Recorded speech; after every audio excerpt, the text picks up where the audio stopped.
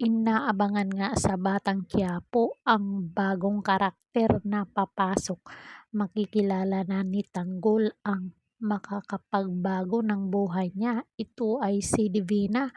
Parang may kaugnayan si Divina kay Tisay dahil nakikita ko ang negosyo ni Divina. Ang kotse, posible bang anak ni Divina si Tisay? Anong senyo dito? Tama ba yung hinala natin, mga marites? Pero bago natin ipagpatuloy, paki-like, share, and hit the notification bell para ma-update kayo dito sa aking channel sa mga chika at drama serye na Batang Quiapo.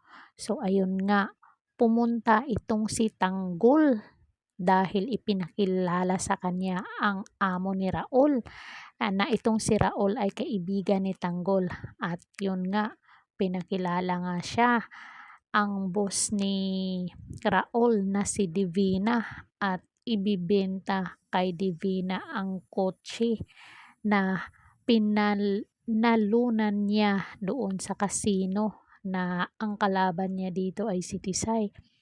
Tapos ibinibenta din niya ang isang diamante na nagkakahalagang 300 million, at interesado si Divina dito. Sabi ni Divina, magkano ang benta mo dito? Walang sabi-sabi agad si Tanggol na 300 million. So ayun nga, interesado si Divina sa diamante at sinabihan si Tanggol na, nakikita nyo ba yung nasa likod, nasa harapan ko, yung mga kotse na yan? Maging kasosyo ko kayo. Hati tayo dito kapalit ng diamante mo. At ito na nga, hindi nakakibo itong si Tanggol. Kaabang-abang to.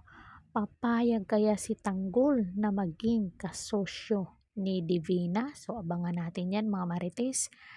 Sa ngayon ay ito lang muna ang update ko dito sa Batang Quiapo.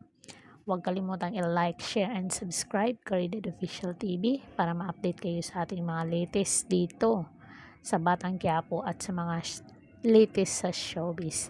Hanggang sa muli, and thank you so much.